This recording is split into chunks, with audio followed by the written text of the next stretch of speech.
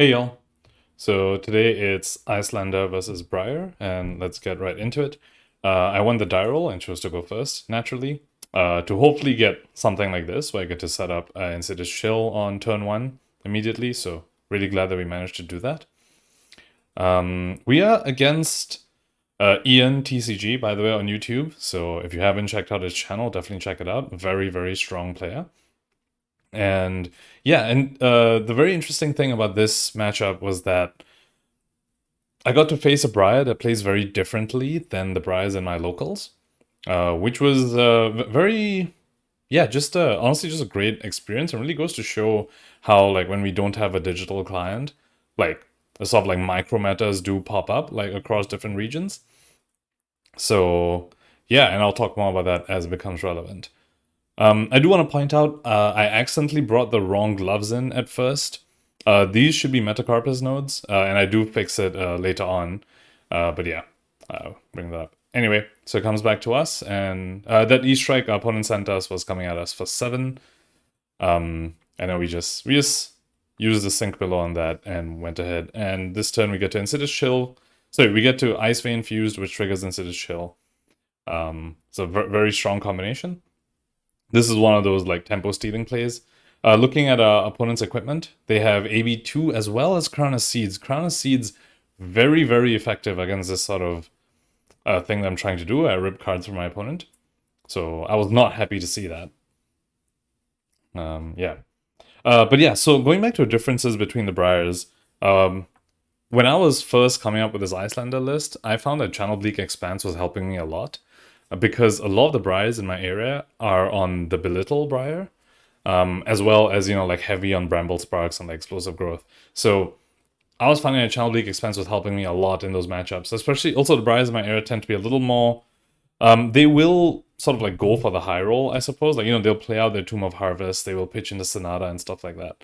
And I was finding myself losing to like when they managed to successfully pull that off. To the point where, or even just, even Belittles. Like, Belittle is just really good against Iyslander. It's like straight up +2 resources, which gets through most of my taxes. So because of all that, I really want to channel Bleak Expanse into this matchup. But now I'm against someone who isn't playing Briar the same way, in that same way. And, stuff like these little tech cards do, end up being a lot more awkward than usual. And yeah, it's just a very cool thing to see. Okay, so they use their 2 floating to resolve the Insidious Chill. Now there's 5 arcane coming at them with the 2 from Crown of Seeds still... Sorry, with the 1 prevention from Crown of Seeds still happening.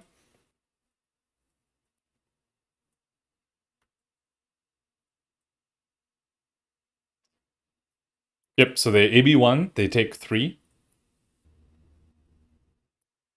Yep, and then I just go ahead and pitch the Cold Snap to Waning Moon for 2. So opponent's down to 3 cards, and yeah, we have this Channel Bleak Expansion. I'm really hoping I can use. I'm hoping my opponent does something that, it will affect. But they don't. They start with a Rabble. It does reveal a blue, so it's only coming in for 2. And we drew into another Ice Vein, so that's nice.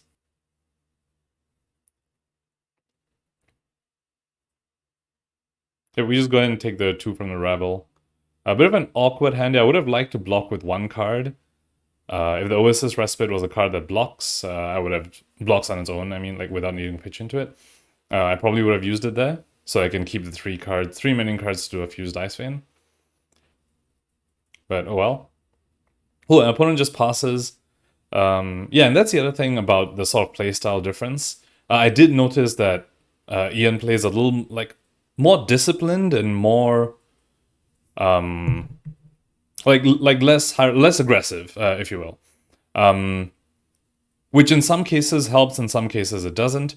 So, like, for example, they just pass there instead of swinging Thorn, because they want to keep resources to, in case I play something from Arsenal and Waning Moon them. Yeah.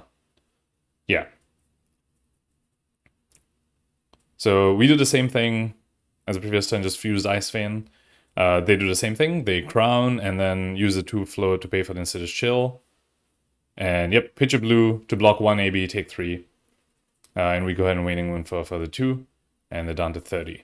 And we have Tunic up, so I could have weird pitched this Oasis Respite away, but since I knew I have my Tunic up, it's actually a very valuable thing to do, just Tunic and Oasis Respite something. So yeah. Alright, so this time our opponent does an E-Strike, choosing draw a card. So here I decide, alright, I can finally get a Channel Bleak Expanse out. Also knowing that just so far from what we've seen of the list, it seems like they aren't on the Bramble Spark or Belittle plan, so I do need to get rid of the Channel Bleak Expanse. They pick draw a card, but I say I have a response before that. So Channel Bleak Expanse stops them from drawing the card, gives them a Frostbite, and I go ahead and Waning Moon with the 2 floating as well, and I can just Tunic and Respite the E-Strike. Unfortunately, we were already higher than our opponent, so there's no way the Respite could gain us a life.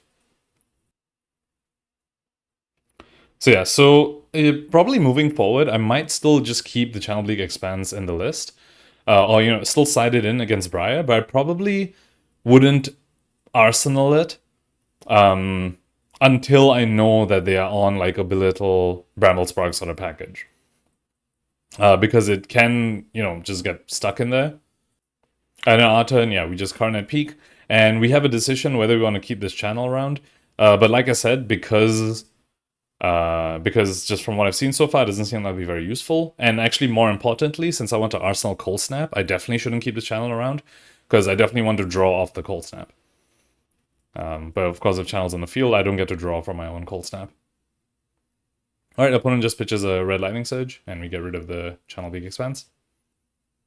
To be honest, Channel Bleak Expanse has other uses into Briar as well, like for example, Snatch, Force of Nature, which is like, that's something all Briars play.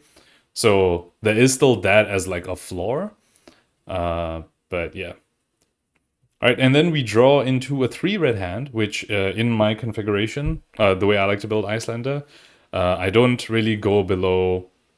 I don't go below 42 blues in any 60 that I present. So there's really a 5% chance. But we have the Cold Snap to try and draw into a blue. Note we are responding to our opponent's embodiment of Earth getting destroyed at the start of the action phase, playing out this Cold Snap.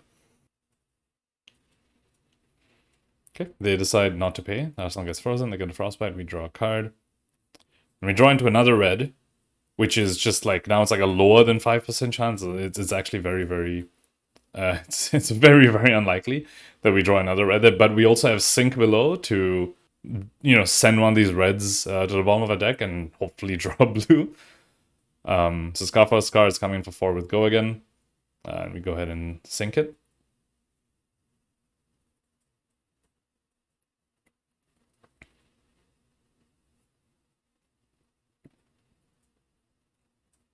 Yep, so we go ahead and send a Freezing Point to the bottom, and then we draw into Oasis Respite, which is another red. So honestly, this is just like the lowest of low rolls in terms of the sequence of reds that we just drew. At this point, you're just supposed to, blame the TTS shuffler, because, yeah, TTS is a source of all the problems here. Definitely, I mean, it is actually mathematically impossible to draw these many reds. I'm of course being sarcastic that this can happen, but yeah. Very unfortunate there, which basically kills anything we could have hoped to do on the next turn. I do obviously block out. Use our 2 float to Waning Moon. Opponent had 2 floating, so they still could block 2 of it. But our turn, we can't even Coronet Peak. So we will just be moving to end step here. Which is unfortunate, because I really don't want to go to my end step with a red in Arsenal and a red in hand. That's just not great. There's a bit of a lag spike there. But yeah. So our turn, we just Tunic up. Pass over Arsenal, the Respite.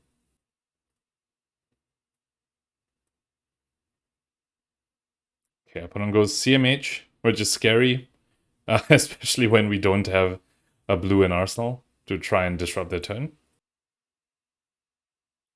Right, and then our opponent plays a Tome of the Arcanite. I think that's... Yeah, so we see they had 3 blues in hand. And since I hadn't taxed them at all in response to CMH, they realize they have spare resources. So they go ahead and play this Tome of the Arcanite. They reveal a Gorg Tome and a Weave Earth. Yeah, and then this Exude is coming in for 7 with Go again from the Embodiment Lightning that was created from the tomb.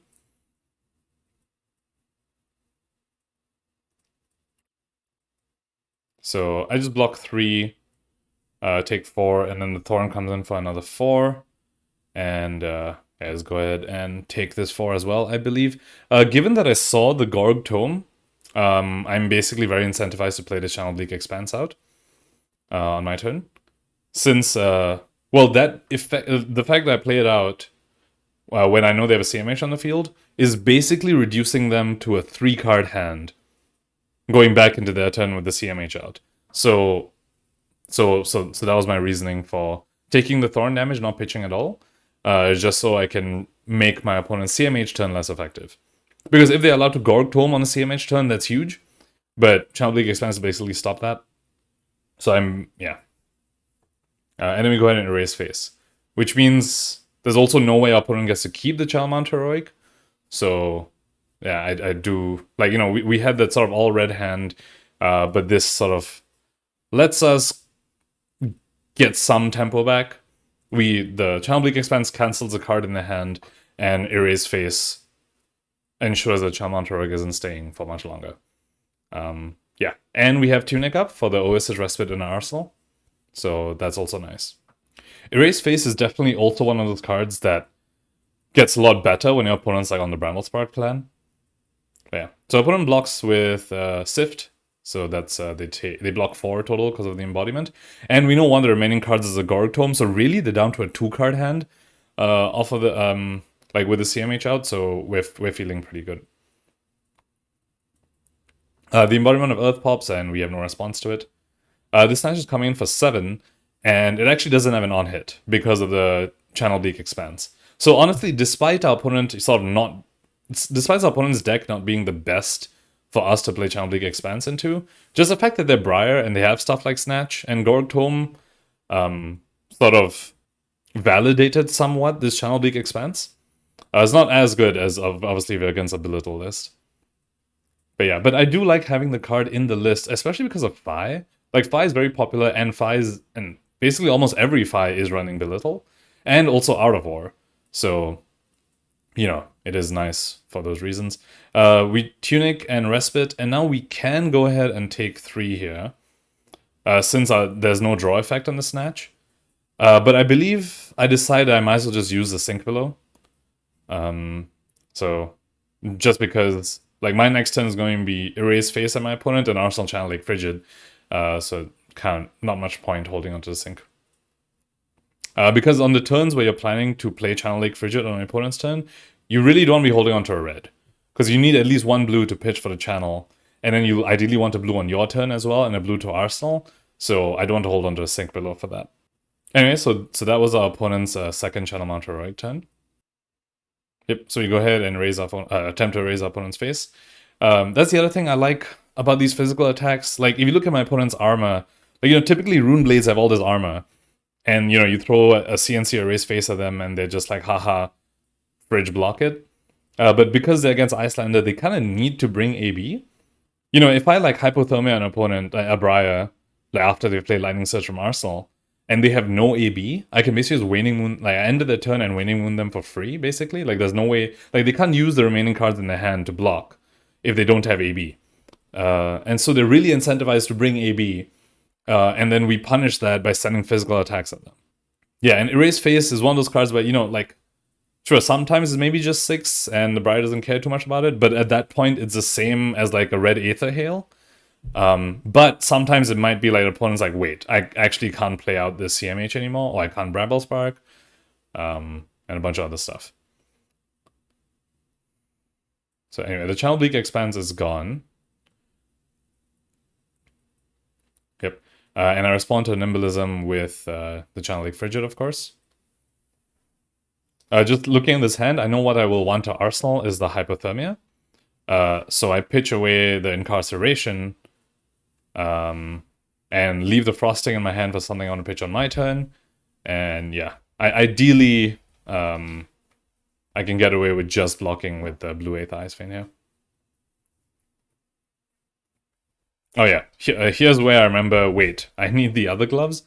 I'm not sure why I remembered it at this point. It's not like Nimbalism makes me remember that, but yeah.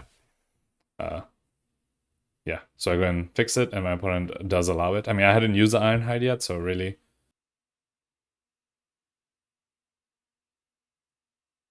Right, so opponent plays Force of Nature. There's their face was erased, so even if they have it in Earth Blue, an Earth card, they couldn't fuse it. But it does create embodiment of lightning, and now the Snatch is coming in for 7, threatening two draws. So yeah, so because of turns like this, I do wish I had a Channel Bleak Expand still around, of course. Just completely nullify the draw 2. So this is actually very awkward because, well, I want to keep Channel around on my turn, which means I need to keep at least one of my ice cards, so ideally the Frosting, and get to Arsenal Hypothermia. And I also want a card to Arsenal. So I also want Arsenal Hypothermia, which kind of really only leads me with this Aether Ice Vein to block, which means if I want to block... which means there's no way I can block the Snatch completely. So I believe I actually just let it hit, and with the Channel Leak Frigid out, I just hope that's enough that I at most get one attack thrown in me, even after the draw happens. Yep, so I'm going to take 7, allow my opponent to draw 2. Channel is still out, and just the fact that we will be able to keep it does also save us some life in the long run. So it was, so in my mind, this play saved us more life in the long run, because we get to keep the Channel, we get to Cardinal Peak on our turn, we get to Arsenal Hypothermia. Alright, our opponent comes at us with a CNC. This at least does not have an on-hit. Sorry, an on-hit draw. Actually, it doesn't even have an on-hit since we don't have an Arsenal. So, yeah, we can proceed. Block 3, take 3 here.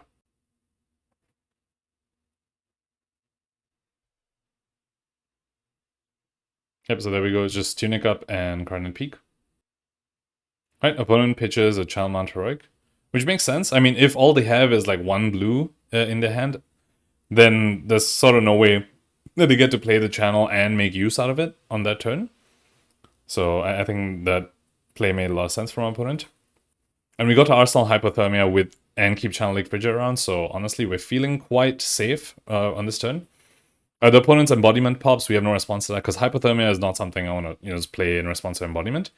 Something I want to play in response to them having some conditional go again attack. Alright, so opponent starts with a Gorg Tome that we knew they had. We have no response this time. No Channel Bleak expands here. The other thing is, I mean, CNC, like what I was saying earlier about, opponent not bringing any armor against us. So CNC, theoretically is good, but at the same time, opponent is running Crown of Seeds, so that obviously makes it less good. But yeah. Someone plays Rabble. That's coming in for 4. Sadly, Rabble is not conditional go again. It's unconditional, so the Hypothermia doesn't feel very useful there. Yep, and the opponent pitches to Thorn, and they're still floating 2. So yeah, so now that I think about it, so they did have enough blues, so keeping the Channel, not keeping the Channel the previous turn, it's just another indication of how our Briar opponent is playing in a very sort of disciplined / conservative manner, not going for the high roll with Channel Leak Frigid, with Channel Mount Heroic, but preferring to just do a more stable line of play, Gorg Tome, Rabble, Thorn, and have 2 floating at the end. So, they could have paid for any AB if I ended up shooting them on their turn. Okay, so on our turn, we CMH. So Crown does cost 2 resources, but because of Channel Leak Frigid is still around. But of course, the on-hit of CNC isn't going to matter.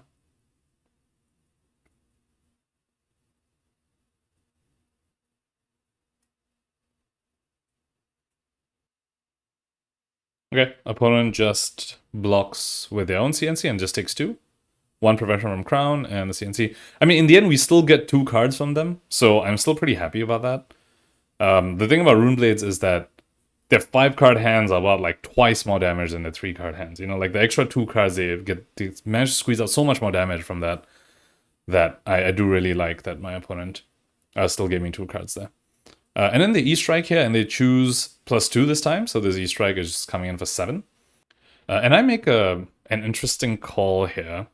So the one thing I have discovered, felt about my list, is that since I'm running all these like CNCs and erase faces, My Stormstrider's usage is usually, like, I'll just pick the moment that I get the most value out of my Stormstriders, and this, to me, was the moment where I know I'm gonna get the most value out of it. I don't wait for like particularly like on the kill turn, like as like the last turn I do. As long as I see this is the moment in the game where I'm gonna get the most value of Stormstriders, that's when I do it. So the few things there. Firstly, I know I deny my opponent an arsenal because of the Insidious Chill trigger. The other thing, this freezing point gets to come in for 7 because I know I have a hypothermia in my arsenal. So hypothermia is an affliction, it gives a frostbite, so that's an extra +2 from the freezing point, and I waning moon my opponent for 3. Looking back at this, I wasted my tunic counter since I pitched a full 6. I actually didn't need to use my tunic, so that was a mistake there. But in any case, that turn cycle ended up being I dealt my opponent 10 and they dealt me 7, which is, you know, it's kind of win. The other thing is, and I deny my opponent an arsenal, so it actually does also block effectively. So that turn cycle ended up being my opponent dealt me 7, I dealt them 10 and denied them an arsenal. So to me that was like, since I know I've already used 2 red Aether Ice Veins, that to me felt like the most effective Stormstrider's play I was going to get. And also my opponent at 6, they do need to play, they've already been playing conservatively, they kind of already need to play even more conservatively. Because if I ever do like an Ice Bolt from Arsenal plus Waning Moon, that's lethal. And of course I can also buff it with like Metacarpus Node. So so we go Winter's Bite, opponent pays 1 and then pays into a Frostbite for the Snatch. This Snatch does not have Go again, of course, but they do have Creepers. So I decide the card draw is a little too risky for me to allow, especially with Creepers out. So I decided to use my Tunic here. I mean, chances are I do get another usage of Tunic this game, but it's worth using it here to deny the card draw. Okay, then my opponent just passes priority. And I go ahead and Waning Moon them. And they take, they block 2 of it and take 1. And on our turn, we still get to Cardinal Peak to keep them off their 5-card hand. And Arsenaling and Ice Eternal feels very strong, because that is like a big burst of damage our opponent may not expect. Well, okay, when I say big burst, I mean it's just slightly more, like at most, usually opponents will expect 3. Like 3 is typically the most you can do from your arsenal, like an Ice Bolt. But Ice Eternal does allow you to get up to 4 with that. If you include the Metacarpus trigger, it goes up to 5. And with a Waning Moon on top of that, that's a total of 8 damage that you're dealing. Of course, you do use your whole hand, so that is this is the turn I'm going to kill you kind of thing. But yeah, so Ice Eternal, I do like arsenaling it in these endgame situations.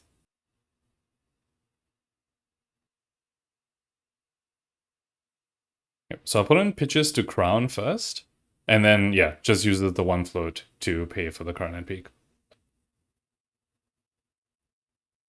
Alright, and then we drop, and it's not a full blue hand, as we would have liked. But, you know, it's still good enough. It's good enough that our opponent cannot just, you know, completely, like, expend themselves. And then they start with an Exude Confidence, which is huge. Yeah, so obviously if I want to respond, I need to respond now before the Exude is considered attacking. Yeah, and I do need to respect that my opponent might have some blues. We did see them pitch a blue. Oh wait, I mean, yeah, they had, if they want to use Carnage Seeds the previous turn, they had to pitch a blue, because I was Coronet peeking them. So if they pitch a red for Carnage Seeds, they would need to pitch another card to pay for the peak. So they pitch a blue, we can't read too much into that. But it is likely the opponent has at least one of the blue in their hand. Alright, so I go ahead and respond with Ice Eternal and Fuse it. That gives my opponent 3 Frostbites and is coming in for 3 Arcane. I decide not to Metacarpus here for 2 reasons. One of it is I don't think I'm killing my opponent this turn, in which case I do need the AB, because if they ever get a Thorn, or if they, like, you know, pop Quill Hand and just attack with anything, I will die if I don't have AB. So that's the first reason why I don't Metacarpus. Yeah, and yeah, the second thing is that I don't think I'm threatening lethal even with the Metacarpus. But the point of this 3 Frostbites, the main point of it is that if my opponent wants to activate that Exude Confidence ability, they would need a full extra blue. Alright, so our opponent pitches 1 blue to block 2 of it. And they take 1.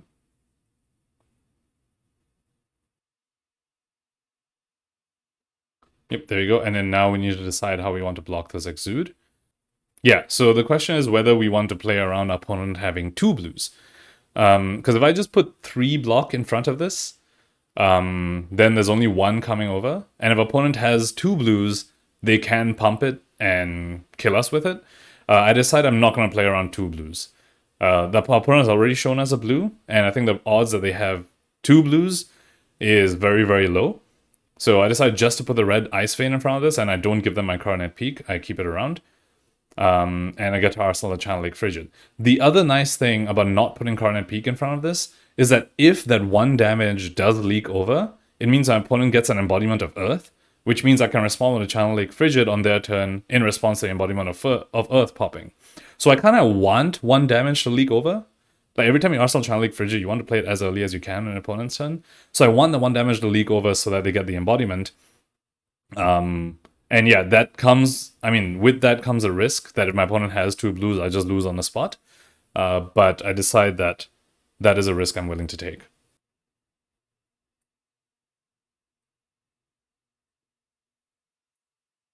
Yep, and then our opponent has no reactions as we expected, because I mean, if they have 2 blues, that's just, it's just very low probability. We take 1 to get the embodiment. They could theoretically like do some creepers stuff if they had the resources for it, but I guess they didn't.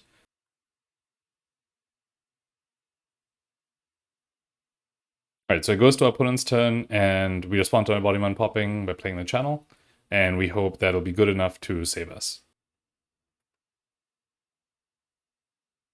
Alright, then our opponent starts with a Swarming Gloomveil that costs them 2 resources, and it does not have Go Again right now. If I let it hit, they get the embodiment and then it'll have Go Again, so that'll be really bad. So I'm very incentivized to block 3 here.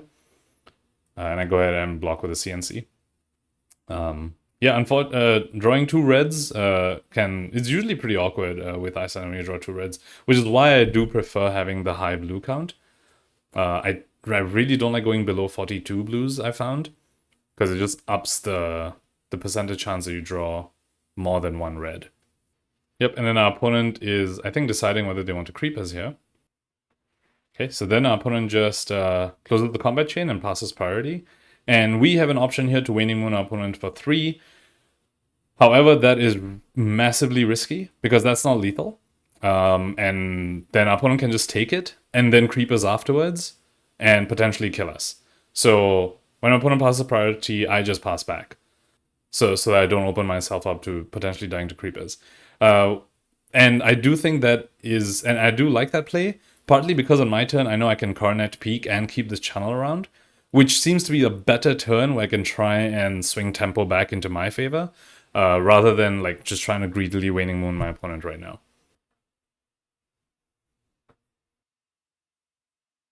Yep, so we get to Coronet Peak, and just a combination of stealing 1 card from opponent right now through Coronet Peak and keeping channel around is something that I'm hoping that I can, steal enough tempo back from. Also, we do get an Arsenal. Even though this Arsenal is a red, like, our opponent doesn't know that and kind of needs to play around it. So, it feels like it ends up being the higher EV play.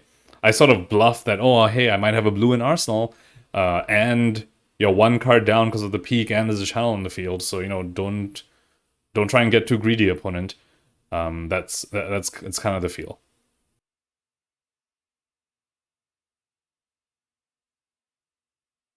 Yep, so over here we finally decided to get rid of the peak.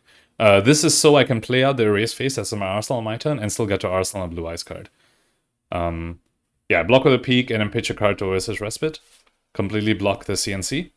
Which actually, I mean, I actually couldn't play out my Arsenal card in response to CNC. Usually as Iyslander you're able to do that, but it's not a blue in there. So that CNC on hit would actually have been pretty bad. But yeah, so we go ahead and do this. And we have 2 float, which is another sort of bluff where I'm like sort of representing their resources to be aggressive if I want to. So if my opponent decides, oh, I'm gonna creepers and do stuff, I'm representing that, hey, I have the resources to potentially kill you. Whereas, yeah, I actually have no way to deal damage to my opponent on their turn right now. And so our opponent just passes back. So that's really nice. I mean, it would have been very risky for them to try and do some creeper stuff anyway. Also, it would have been really expensive because Channel's still in the field. So yeah, and then we go ahead and erase face from our arsenal. Again, sort of punishing the Runeblade for not bringing in armor against us. Okay, and we get 2 cards from opponent. They take 1. And here's where we start to feel the tempo swinging back to our favor. We got 2 cards from opponent, and we get to arsenal the Arcane Incarceration. Yeah. Opponent comes out of Ravel. This is 4, and reveal. Yeah, the reveal are red. So yeah, this is 4.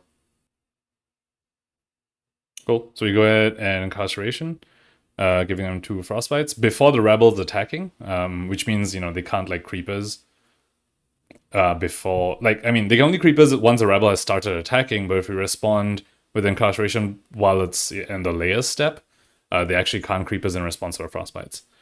So yeah, so we go ahead and block 3 and take 1 here. Okay, and then opponent plays Sonata. They pitch 2 because of the Frostbites. So they're going to reveal 3 cards. And they do whiff, so obviously very fortunate for us. Although, thinking about it, even if they do hit, what they need to hit has to be a 0-cost 4 attack for it to even threaten more cards from us. Okay, the thing is they cannot swing Thorn right now. If they swing Thorn, they have none floating, and then I can just Waning Moon and kill them. So they need to leave that 1 floating. So suppose a Sonata drew them into a 0-cost 4 attack. I'll take 1 Arcane from Sonata, so I can pitch a blue to pay for the Arcane and Waning Moon my opponent anyway, and put a 3 block in front of the 4 attack, which will, yeah, and then just take 1 and go to 1. So the end state would kind of be similar, where my opponent's still at 1. I just wouldn't be able to Winter's Bite on my opponent on my turn here. That would be the only difference if they actually hit a 0-cost 4 attack. Which, since I'm arseling an Ice Eternal and Slap Metacarpus up, means that I will still have lethal on them anyway.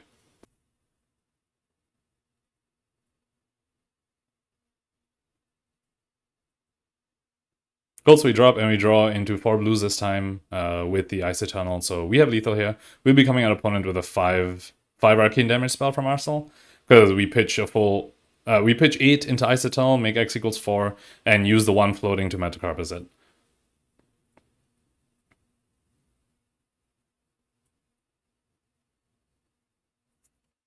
Yep. So the only thing our opponent could possibly have is Oasis Respite. But the thing is, if they Oasis Respite, we can Waning Moon in response to the Oasis Respite, and that'll kill them. So yeah, so there we go. That was the game, definitely a lot closer. Definitely felt way closer than like the Briars that try and run like the belittle stuff into me because of the Channel Bleak Expanse. Because I have these cards that sort of are not very effective against a Briar that isn't trying to do the kind of stuff. I did feel more under pressure than I do against other Briars. But yeah, we still managed to get there in the end. And yeah, so that was the game. Thank you for watching and hope you enjoyed it.